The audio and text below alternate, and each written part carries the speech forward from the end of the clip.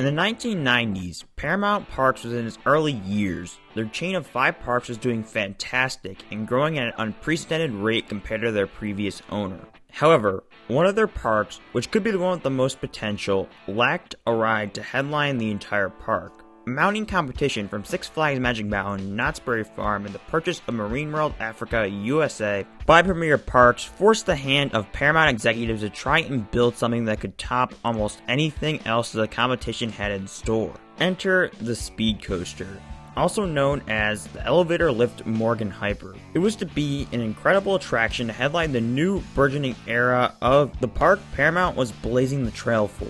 Only one in a series of planned back-to-back investments, which all but a few remain in stone for the California movie park. It seems fate never intended for the park to have a coaster over 200 feet, and the mass expansion plans were shelved by 2003, never to see a level of investment like Paramount had intended in the 2000s.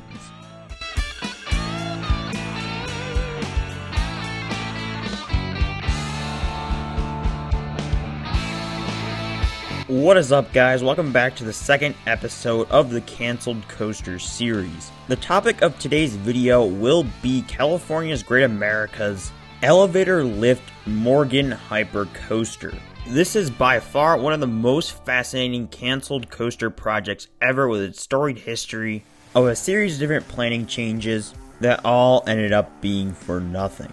That's why I decided to give this coaster concept its own video, because there are just so many details to cover and it's just too long of a story to put into a video with other rides in it. Before we get into this video, make sure to hit that like button. That is the easiest way to help out the channel, and it's free. To help ensure there'll be a next episode, make sure to hit that like button and leave me a comment telling me that you would like a part 3 for this series. Also, if you're new here, make sure to do me a huge favor by hitting that subscribe button. I post amusement park content every week, so make sure to subscribe so you don't miss any new canceled coasters videos or any other awesome amusement park content in the future. Now, with all that being said, let's set the scene back in the early 1990s when Paramount was looking to install a ride at Great America that would give the park a standout attraction. As the park deliberated on ride choices, the name of Premier Rides was thrown around from their canceled clone of Flight of Fear, which eventually would make its home at Paramount's King's Dominion, but presumably did not contact them for another new coaster. They got word of a new coaster company descending from the original co-founder of Aero Development, founded by his son, Dana Morgan, and decided to take a look at what the company had to offer. Their choice for a hypercoaster was limited, as in the early 90s, B&M hadn't built a hypercoaster yet, and Aerodynamics could not build a coaster to the stringent space requirements for Great America. So they contacted Morgan, which happened to only be around an hour away from the urban park.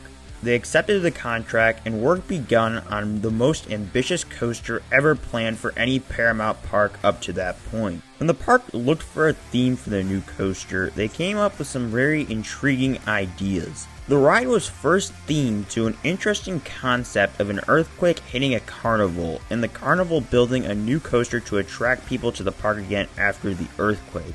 A weird theme for an even weirder coaster, but it was eventually struck down by Viacom executives as being too weird and forced them to utilize a property under the umbrella of the company or choose a more suitable generic theme. The park surveyed park guests from the 1996 to the 1997 season about which themes they liked the most. The first of those themes was Aftershock, the most similar to the original theme, albeit with the carnival aspect removed.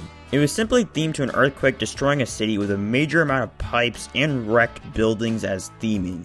The ride was an evacuation vehicle since the sewage and pipes had made the ground uninhabitable for human survival, until the aftershock hits and drags you on a wild ride. From the surveys the park did, park guests liked this concept the most. The second was Alienator Final Conflict, also known as Alienator War of the Worlds and Alienator Final Contact. It retained a major amount of theming from Aftershock, including destroyed buildings, but the budget was increased to allow for alien theming, such as a UFO and a decontamination chamber. You enter the decontamination chamber to cleanse yourself from possible alien diseases.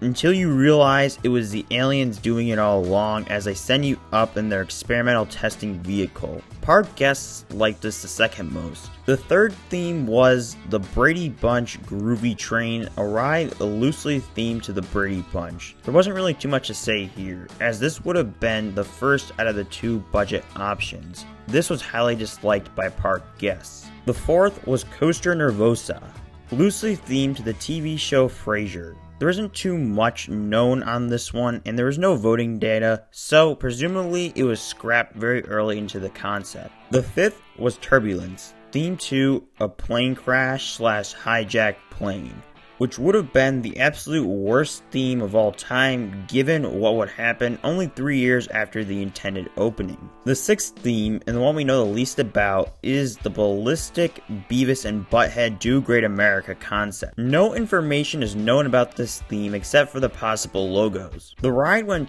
through two distinct phases in development of the coaster.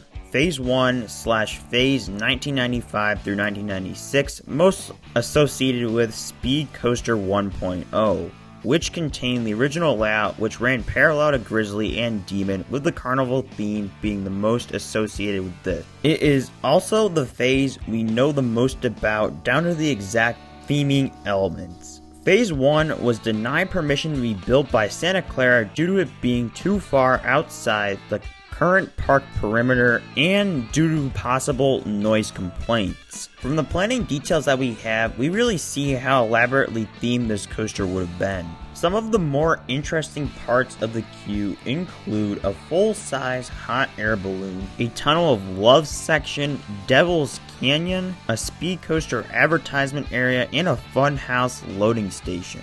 However, after this concept was denied, the team went back to the drawing board and continued their work. Phase 2 was the second phase, developed somewhere in early 1997. It contained a revised version of the coaster and was most associated with the other themes, and the Speed Coaster 2.0 layout, which was much further into the park and was awkwardly situated over top Grizzly and Demon.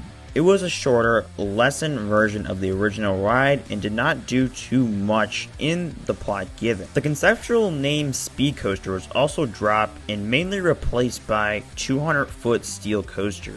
The second phase plans for the coaster definitely did not look as impressive as the first phase plans for the coaster and probably would have made for a less exciting ride experience. However, it doesn't really matter because the ride ended up getting cancelled. The cancellation of this ride was mainly due to the state of chaos the Paramount Parks chain was in toward the end of the 1998-2002 era. The parks frequently swapped ride locations from park to park, poorly planning many rides such as Hypersonic XLC for Great America, which is one of the few rides in the master plan for Great America, but was sent to King's Dominion in exchange for a coaster too large and was never intended for the park, Stealth. The Speed Coaster, Hypersonic, an unknown coaster, and the new front gate concept had all been scrapped due to the pinnacle of Paramount's instability and lack of expertise, Son of Beast.